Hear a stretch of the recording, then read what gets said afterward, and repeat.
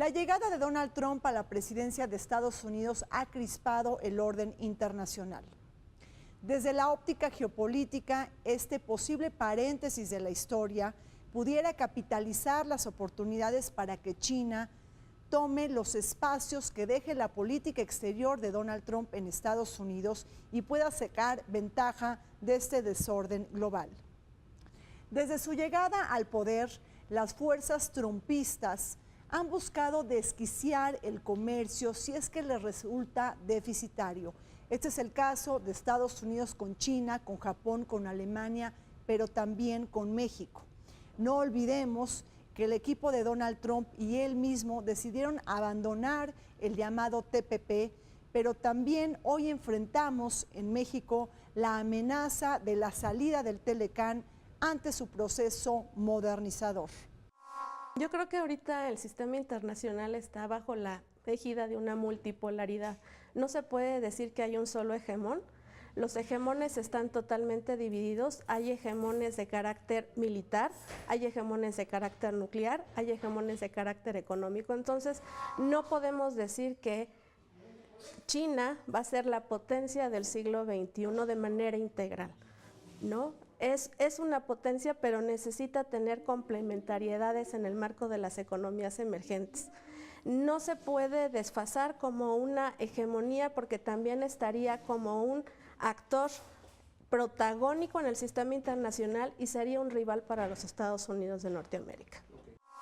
China en este momento es la fábrica mundial, es el país manufacturero más importante del planeta. Todo el mundo manufactura en China, ¿sí?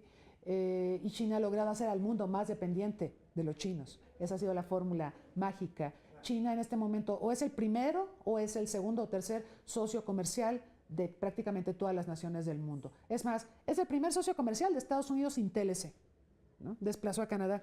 Canadá solía ser el primer socio.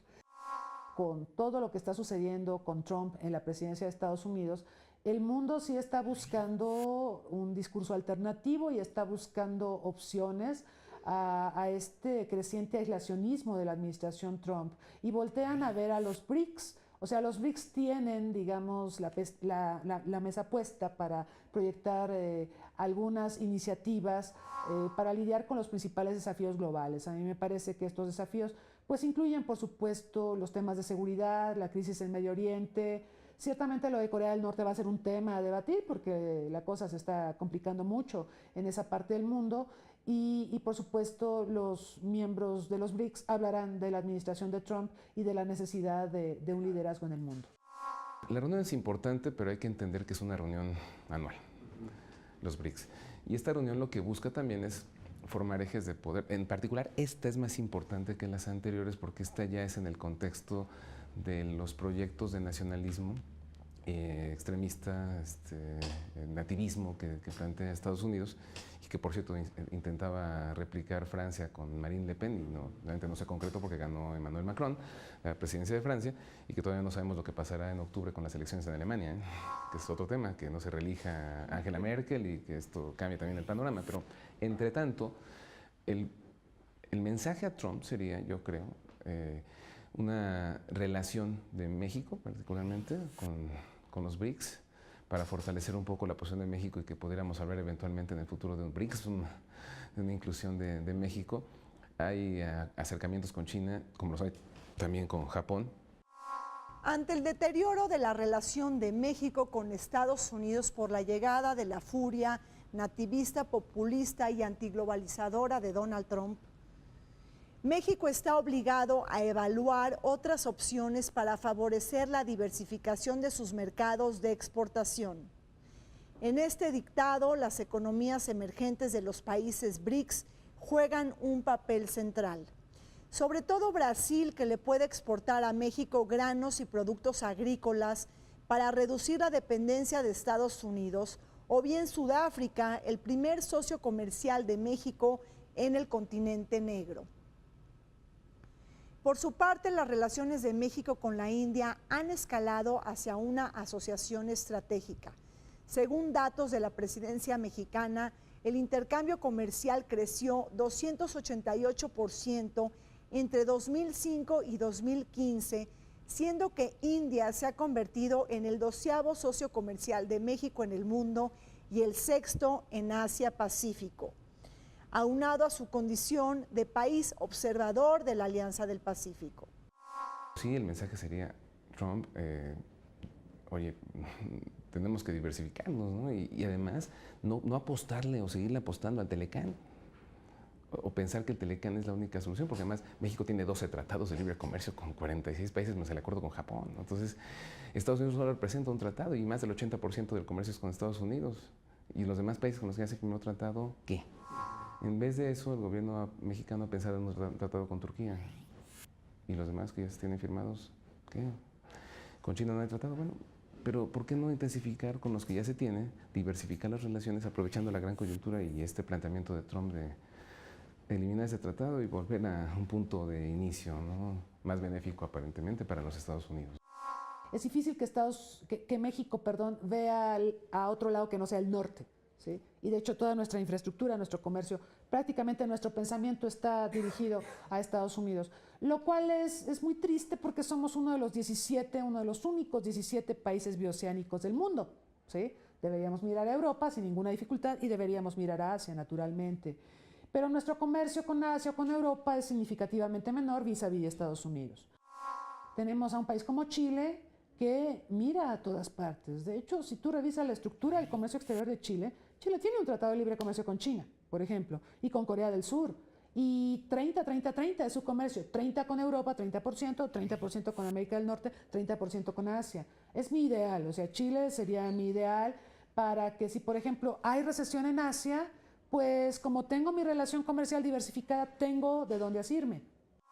Cuando inició la administración de Enrique Peña Nieto, recordamos que se habló del grupo MICTA, de México, Indonesia, Corea del Sur, Turquía y Australia, y que, bueno, en los inicios de esta administración parecía que se le iba a dar un gran impulso a este grupo, porque incluso el presidente Peña Nieto fue el primer mandatario mexicano en viajar a Turquía, en toda la historia, ¿no? Entonces parecía que eso iba a marchar, parecía también que México pintaba su raya, de que no participaría en BRICS, pues porque en BRICS está Brasil y hay una añeja rivalidad entre los dos países, y a Brasil le resulta incómoda la presencia de México y viceversa, ¿no? El ascenso geopolítico de China en la escena global, junto con la incertidumbre que se ha generado en la relación México-Estados Unidos por la era Trump, obligan a nuestra élite política y económica a mirar hacia otras latitudes y preguntarse sobre la viabilidad de celebrar un tratado de libre comercio e inversiones con China. Fue en medio de la segunda ronda negociadora del Telecán y de su ofensiva de construir un muro fronterizo que Enrique Peña Nieto decidió viajar a Xiamen, China, para participar en un diálogo entre economías emergentes y en un foro de negocios en el marco de la 9ª cumbre de los países BRICS. En esta reunión se congregaron más de 800 líderes empresariales para discutir opciones de comercio, inversión, cooperación y conectividad. En este tenor se celebró un encuentro bilateral entre Xi Jinping y Enrique Peña Nieto a propósito de pulsar los ánimos hacia el BRICS Plus y la posible inclusión de México. La estrategia de México con BRICS podría ser interesante para desentenderse un poco Estados Unidos y dar un mensaje a Trump de no dependemos de ti y podemos fortalecernos fuera de ti y no nos va a preocupar que nos cierres fronteras. Y no me refiero al muro, sino a los aranceles de 20% que se están planteando y a otros aspectos, el retorno de migrantes y otra serie de temas que todavía siguen en la agenda pendientes y que seguramente están en la renegociación, ¿no? Ahora México va a la cumbre de BRICS, ha sido invitado, va a Peña Nieto. Es un momento importante por todos los dimes y diretes de Trump y también porque estamos en el proceso renegociador del Tratado de Libre Comercio de América del Norte, donde lo que vimos en la primera ronda de negociaciones fue la dureza de la administración Trump. Fue incluso hasta grosero. Sin embargo, tenemos esa negociación, tenemos que llevarla a cabo, pero también tenemos que echar mano de una gama amplia de recursos que poseemos. México tiene una enorme red de tratados de libre comercio con el mundo. No tiene tratados de libre comercio con ninguno de los países BRICS, esto sería digno de mención. Pero China nos ha hecho varios guiños en las últimas semanas, en los últimos meses. Y esto concuerda, ¿no? Concuerda, está bien. Con la parte, digo, antitrumpista, ¿no? Exacto, está bien porque efectivamente Peña Nieto también va a esta cumbre, independientemente de si hay rivalidad o no con Brasil. Va a esta cumbre, y lo dijo claramente, para atraer inversiones y proyectos de China, ¿sí? Que, digo, dentro de los BRICS sería el país que sigue manteniendo la economía más dinámica. China es uno de nuestros principales socios comerciales, pero lo tengo que decir, el comercio México-China lo hace China. O sea, por cada dólar que México exporta a China, importamos 600. ¿No? Es un déficit brutal que ha crecido sin parar en los últimos años. Y parte de esta situación es culpa de México y de nuestros empresarios, ¿sí? Que están muy acostumbrados a comerciar con América del Norte y con el mercado estadounidense. China, en busca de reafirmar su presencia en la aldea global y de convertirse en un promotor del comercio internacional, es que abriga un nuevo proyecto geopolítico y geoeconómico. La nueva ruta de la seda, que promete conectar a los países de Asia con Europa bajo un conglomerado de infraestructuras para unir a países desarrollados y en vías de desarrollo. Pero fuera del mercado de Euroasia pueden participar otros países.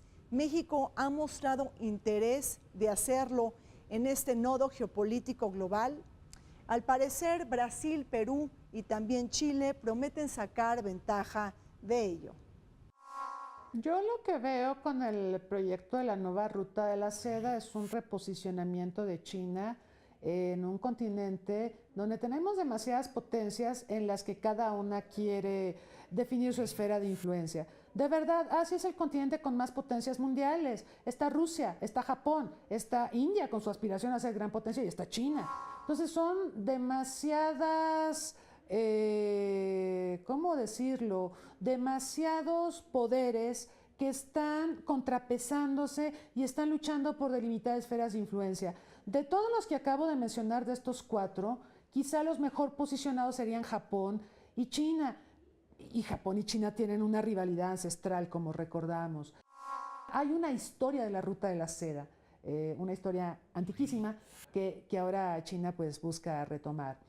Y quizá esto también buscaría reforzar lo que sería el continentalismo de China vis-a-vis el potencial marítimo de otras potencias como Estados Unidos. Estados Unidos es la potencia marítima en este momento. Japón tiene un poderío marítimo de respeto. China podría contrapesar eso con el desarrollo de su marina, pero sobre todo fortaleciendo su proyección continental, que eso es lo que estamos viendo a través de la ruta de la seda, continente y mar. Estamos en desventaja pensando que el Océano Pacífico es el eje por el cual tendríamos contacto con la ruta de la seda. Tenemos una marina mercante nacional con demasiados problemas y desafíos en este siglo.